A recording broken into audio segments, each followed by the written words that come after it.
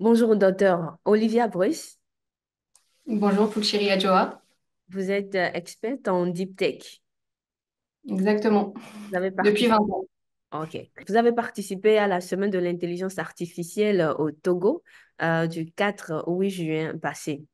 Alors, avec vous, nous allons discuter un peu de la deep tech. Déjà, qu'est-ce que c'est? Quand on parle de deep tech, qu'est-ce qu'on peut y comprendre? Alors, la deep tech, ce sont des technologies avancées issues de laboratoires de recherche universitaires ou industriels. On peut citer par exemple l'intelligence artificielle, effectivement, les nanotechnologies, les ordinateurs quantiques aussi, la robotique médicale ou la thérapie génique en biotechnologie.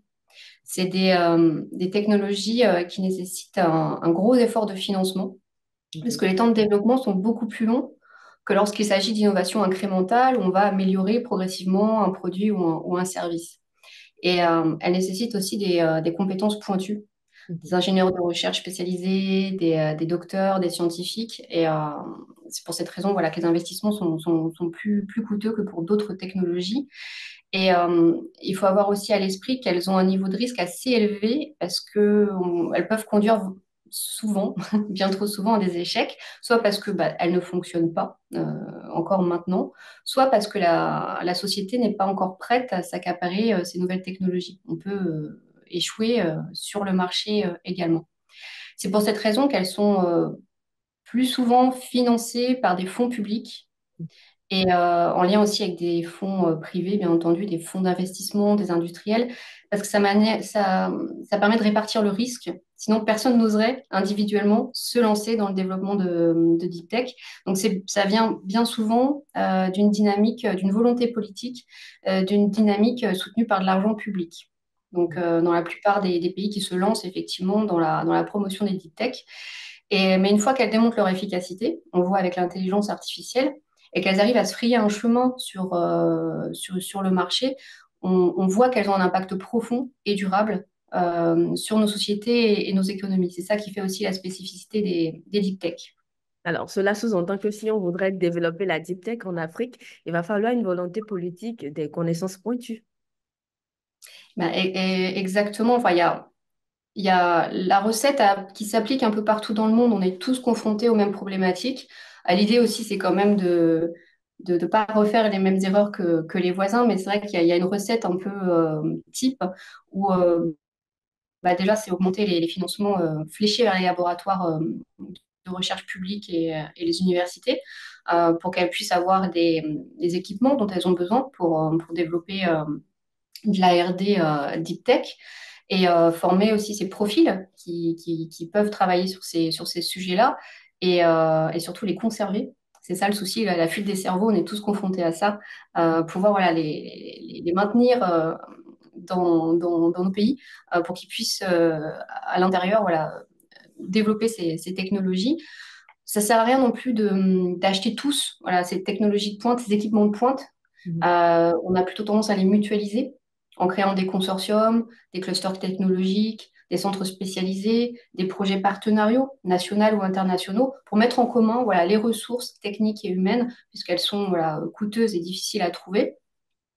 Et du côté des entreprises, du tissu plutôt économique, ce qu'on fait aussi, c'est qu'on favorise une fiscalité qui permet aux entreprises de se lancer dans la R&D Deep Tech et en partenariat avec les laboratoires publics, parce qu'elles arrivent, ces entreprises, mieux que n'importe quel laboratoire public, à transformer une invention en produit, en service innovant sur le marché. Et si c'est trop risqué pour elles, ça arrive parfois qu'elles ne se lancent pas dedans, malgré les incitations fiscales, c'est soutenir les startups.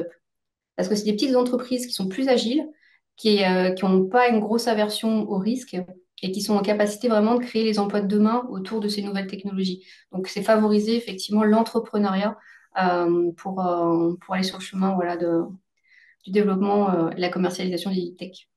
Alors, actuellement, parmi cette grande technologie de pointe de la deep tech, on parle souvent de l'intelligence artificielle et cette technologie offre beaucoup d'opportunités actuellement et également dans l'atteinte des objectifs de développement durable. Cette technologie pourrait aider. Au sommet 2023 des ODD, seulement 15% des objectifs de développement durable sont en bonne voie d'être atteints. Alors, comment cette technologie pourrait aider à accélérer l'atteinte des objectifs de développement durable? Alors, je trouvais que c'était intéressant de citer une initiative qui concerne les 17 ODD Ouais. de l'AFD et non pas une seule ODD. C'est qu'il y a 522 banques publiques de développement qui financent donc des secteurs qui sont liés au développement durable, à la lutte contre les inégalités économiques, qui ne sont pas vouées à une rentabilité financière. Mais quand même, elles possèdent plus de 10% de l'investissement annuel mondial. Et le problème, c'est qu'il n'y a pas de méthodologie standard pour évaluer si toutes ces banques, ces 522 banques, financent convenablement les 17 ODD. Il n'y a pas de méthodologie.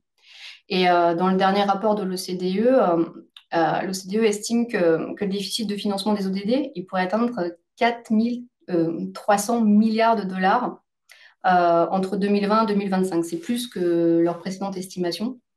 Donc l'AFD a eu développé un algorithme d'intelligence artificielle qui s'appelle le prospecteur ODD, qui permet d'analyser automatiquement tous les rapports annuels d'activité des banques d'investissement publics et mettre tous ces éléments dans un référentiel commun qui permet de voir comment est ventilé voilà, tout cet argent, ces 10% de flux monétaires annuels dans les ODD et les pistes de progression. Ça permet voilà, de suivre tout ça. Surtout l'ODD 13 qui est relatif au changement climatique, parce que l'Afrique est un continent très vulnérable aux effets néfastes des changements climatiques. Comment l'intelligence artificielle peut aider ces pays africains à pouvoir être plus résilients et s'adapter aux phénomènes actuels des changements climatiques. C'est vrai que les modèles climatiques, météorologiques, c'est des outils mathématiques différents, très très complexes à mettre en place, mais l'IA s'engouffre progressivement sur ces sujets-là, mais c'est très très récent, vraiment sur les phénomènes météorologiques, qui ne sont pas du tout les mêmes mathématiques que celles de l'IA. On peut citer des initiatives vraiment pratico-pratiques. Il y a Google qui a développé un outil de prévision des inondations qui s'appelle Flood Up. Pareil, je pourrais vous donner les références en commentaire pour la suite. Et qui est capable de fournir donc, des prévisions de crues jusqu'à 7 jours à l'avance, ce qui est quand même un très très bon score. Donc, il couvre actuellement 80 pays, cet outil, Flood Hub, dont 23 en Afrique. Et il va s'appuyer sur des données, c'est des algorithmes d'IA qui s'appuient sur des données publiques qu'on trouve sur Internet, des données météorologiques bien entendu, des données satellitaires, et qui prédit le débordement des cours d'eau. Donc 7 jours à l'avance, les zones qui vont être touchées et la hauteur des cours d'eau à ce moment-là. Et ça permet de recevoir, si on a un smartphone Android, des alertes sur son téléphone voilà, en avance de phase pour anticiper ça. Et sinon, il y a un projet plus récent, ça date d'il y a quelques jours, enfin, c'est un projet de recherche à l'heure actuelle australien, c'est un consortium privé et public australien qui mène actuellement des recherches pour anticiper la propagation des feux de brousse. Euh, on- les feux de forêt ont été multipliés par deux en l'espace de 20 ans en raison du changement climatique. Donc, c'est pouvoir anticiper ces feux-là avec des satellites qui sont munis de capteurs et d'IA embarqués carrément dans le satellite. L'info ne sera pas traitée au sol. Et leur promesse, c'est de pouvoir détecter les incendies 500 fois plus vite qu'avec des caméras au sol, aussi pilotées par l'IA. Mm. Ça existe aussi comme solution pour voilà, endiguer ces incendies qui prennent des proportions, on l'a vu au Canada et en Australie, impressionnantes. OK. Alors, est-ce que ces outils, ces technologies, ces solutions sont-elles accessibles aux pays les plus pauvres, qui sont bien sûr vulnérables à ces phénomènes? Bah, il y a des initiatives qui sont vertueuses, effectivement. Euh, il y a je peux citer Plantix, en fait, là, c'est plus trop en lien avec le climat, mais plutôt autour de la sécurité alimentaire. C'est une application mobile allemande qui date de 2015 et qui est gratuite.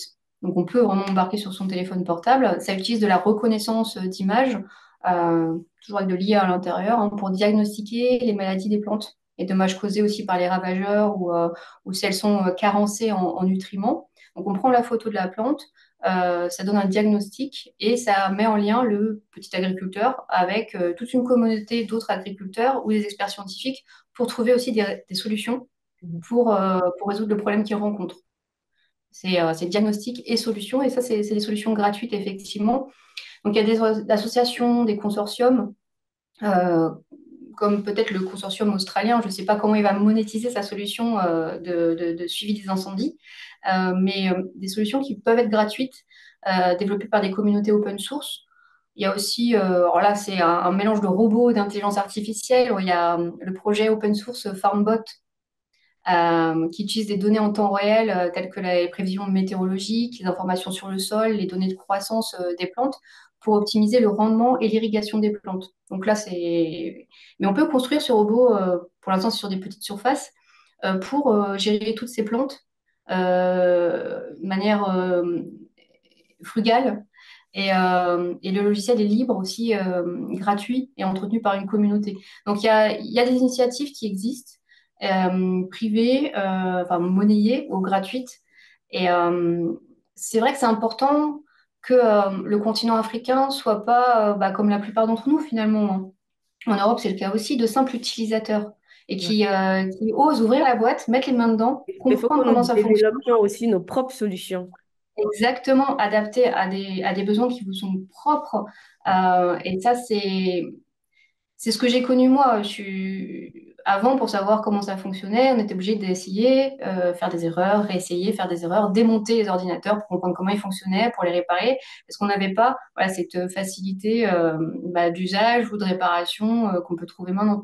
Donc, il faut avoir cette mentalité un peu de hacker, de maker, et se rapproprier vraiment ces technologies-là pour pas être de simples utilisateurs. C'est une dérive qui arrive très vite et que nous, on a déjà beaucoup en Europe. On fait que cliquer sur des boutons sans comprendre comment ça fonctionne et à quoi ça sert. Alors, nous sommes à la fin de cet entretien. Quel est votre mot de conclusion? Bah, je vous remercie vraiment de m'avoir invité et de m'avoir fait découvrir votre chaîne, vraiment, qui est très intéressante, qui donne un éclairage pertinent sur tous ces sujets-là et qui donne la parole à ceux qui font, bah, qui œuvrent pour le développement durable. Donc, à partir de maintenant, je vous suivrai avec plaisir et je diffuserai aussi avec plaisir vos vidéos parce qu'elles sont vraiment très instructives et très, très bien faites. Merci infiniment et merci d'avoir accepté de participer à cet entretien.